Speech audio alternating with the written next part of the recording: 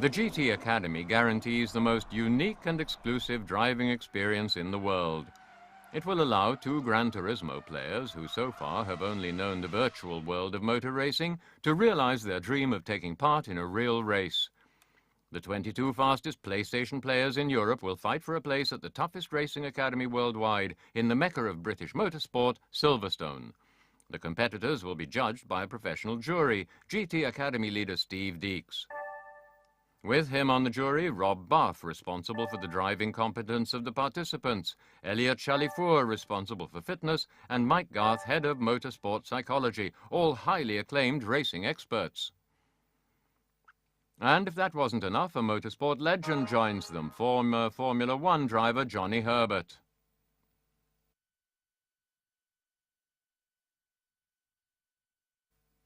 Only 2 participants will be accepted into the academy. These 2 will take part in an intensive 4-month training program.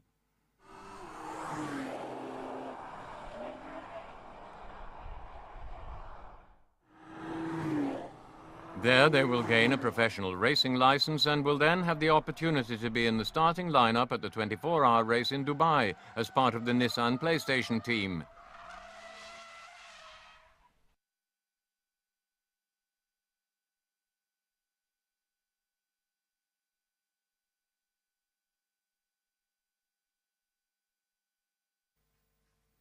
Over a period of 7 weeks, 25,000 enthusiastic gamers from 7 European countries played the PlayStation game GT5 Prologue and logged their best lap times online.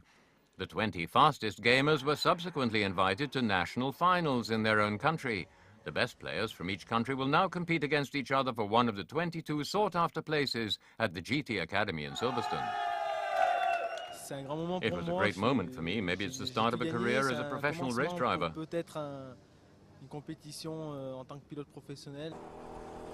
For every task that they have to carry out, points are awarded. The gamer's fitness and behavior will also be judged. The candidates with the lowest points will have to leave until only 2 gamers are left.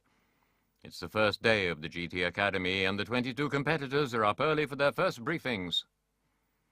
After 22 gamers have completed the workshop, they have the chance to put Rob's methods, tips and tricks into practice. All the participants secretly hope that they'll be as fast in a race car as they are on the console. So guys, this is where the fun starts.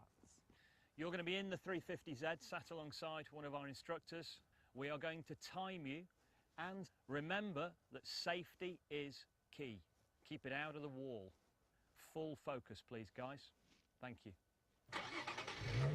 In the heat of combat and with the stopwatch in the back of their minds, the first drivers forget basic principles and don't release the clutch quickly enough.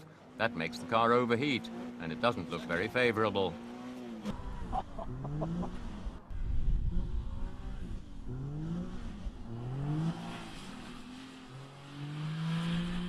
At the end of the first day, the Spanish driver Lucas Ordonez and German taxi driver Lars Schlommer are together in 4th place.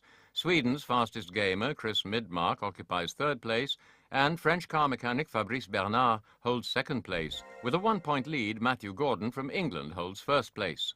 At the moment, the ranking shows 5 gamers who are set apart from the others, but this is motorsport and everything is possible. Victory is still within reach for everyone. Second day at the GT Academy at 6 in the morning. The gamers might be tired, but if they were at the race in Dubai, they would have been awake for 18 hours now. Today, the physical state of all the gamers will be tested to make sure that they're all fit for the race. That means they begin the day with a 5-kilometer sprint around the Silverstone Grand Prix course.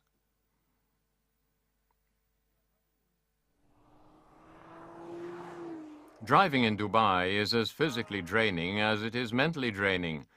To test out the stamina of the gamers, they'll take part in a 4-hour go-kart race. Many successful race drivers like Michael Schumacher and Lewis Hamilton began their careers in karting. Chris Midmark shows real tenacity and takes the win. The results table at the end of the second day now shows German Lars Schlommer in 5th place, narrowly behind Lucas Ordonez in 4th. Englishman Matthew Gordon has dropped from 1st place to 3rd. After an excellent day, Chris Midmark from Sweden goes into 2nd place, only 5 points behind Fabrice Bernard from France. That's how the table looks at the current moment, but in reality it's all still open.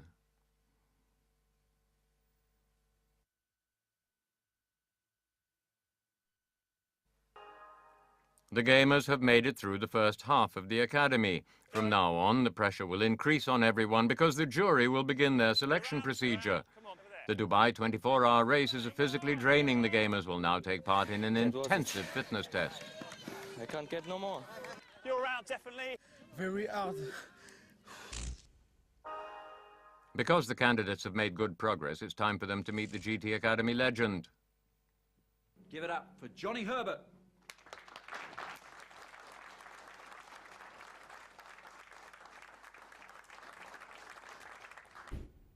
Herbert also knows that dealing properly with the media is an important part of the professional racing driver's existence. The gamers will be scored afterwards on how they behave in interviews with international racing journalists. This is something that is part of the package of being a driver. It's not just about being a driver, it's not being the fittest, it's the whole package. So this is going to be a good test for them because it's something they haven't done before. They have to think about what they want to do and what they want to say. After the press work, they all have the opportunity to put the valuable tips from professional race driver Johnny Herbert into action on the track. This 350Z pursuit is all about car control. To make it more difficult, two gamers will race against each other at the same time on identical slalom courses. Whoever is the first to get back to the start line wins the race. The fact that you can see your competitor coming the other way and you know if you've gained or lost will really bring out the competitive nature. So they've done their little practice run, but now they've got to really think about where they've got to improve. Some of the guys are really fast. I think it's gonna be hard, very hard today. Europe's fastest GT players impress with a very high standard of driving, and Lars Flommer is the first to draw the jury's attention.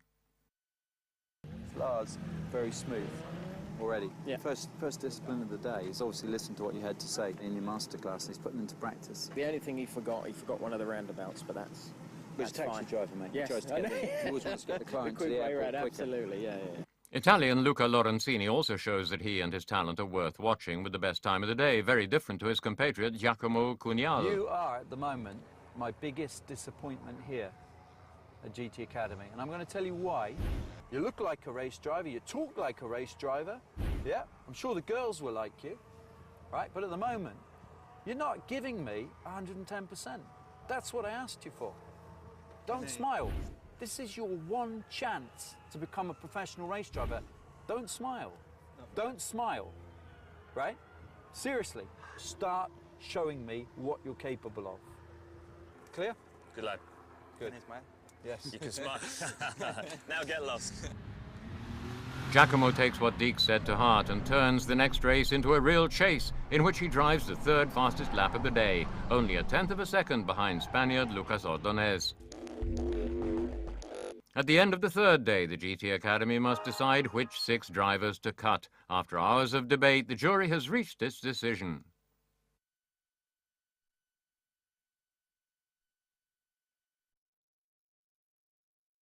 Would the following drivers please stand up? Hans-Heinrich Christensen, Daniel Lopez, Eric Kesselring, Dario Infanti, John Cook, Kari Keskinen. Your time at GT Academy has come to an end. Would you please leave? Gentlemen, from this point on, anything less than 110% application will see you out of contention. At the end of the third day, the 5 gamers maintain their position. Lars Flommer in 5th place, Spain's Lucas Ordonez in 4th, Matthew Gordon from England in 3rd, and Chris Midmark in 2nd, directly behind Frenchman Fabrice Bernard. It's the 4th day at the GT Academy, and the 14 remaining gamers have to master great challenges once again today, which will test their driving abilities to the max. At the end of the day, the 8 with the best times in the final lap will enter the final round of the GT Academy. Guys, good morning. These next 2 days of driving will decide who goes to Dubai. We are going to be using the southern half of the Grand Prix circuit. We are going to be using the Stowe circuit as well. Speeds are now serious. We fully expect to see people up towards 150 miles an hour, 260 kilometres an hour at the end of the Hangar Straight. The South Circuit is the fastest derivative of any of the different Silverstone layouts. This is it, guys. Today is the day. Most of the gamers have been waiting the whole week for the first discipline. Finally, they can get behind the long-awaited steering wheel of the GTR and test out whether they're as good on the real Silverstone track as they are at home on the PlayStation. Every driver has a private lesson before he's let loose on the racetrack in the 480 horsepower GTR. The gamers are graded on a scale of 0 to 10 in 4 different areas: braking, cornering, speed on the straights, and learning habits.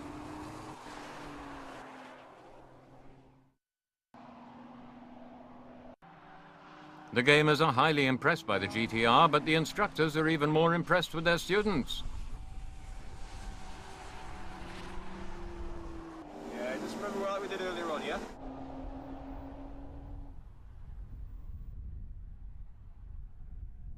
Should say sehr gut. Sehr good. Sehr gut.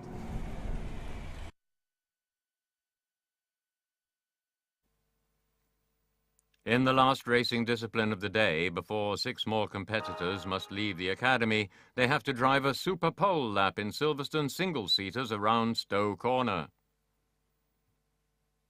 Gentlemen, this is a stopwatch. This instrument this afternoon will decide whether you stay or go, right? You're going to have a super pole competition, 1 lap to prove your worth. The 14 gamers are divided into 2 groups of 7. To increase the pressure, an 8th driver, professional race driver Alex Buncombe, joins the groups. The 2 winners of the GT Academy will join Alex as team members at the 24-hour race in Dubai. Give them a hard time. In Dubai, the competitors will need nerves of steel. The Super Pole test is perfectly designed to find out whether the participants can keep cool under pressure. One mistake and it could all be over. The first group give their all and put in good times. The 3 best drivers were only 1 second slower than professional Alex Buncombe. After the first participants have shown what they can do, the second group is at the starting line. They also have to prove themselves against potential teammate Alex Buncombe.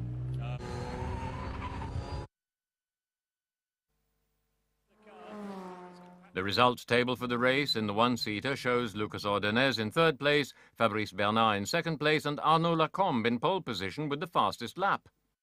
GT Academy is turning into a real fight. And what's good and what's exciting is that this may actually be something that silences the doubters, because I reckon at the end of this GT Academy, we're actually going to get virtual to reality. Yeah. At the end of the 4th day, the jury members have to choose another 6 competitors to leave the academy. 8 gamers will take place in the last round.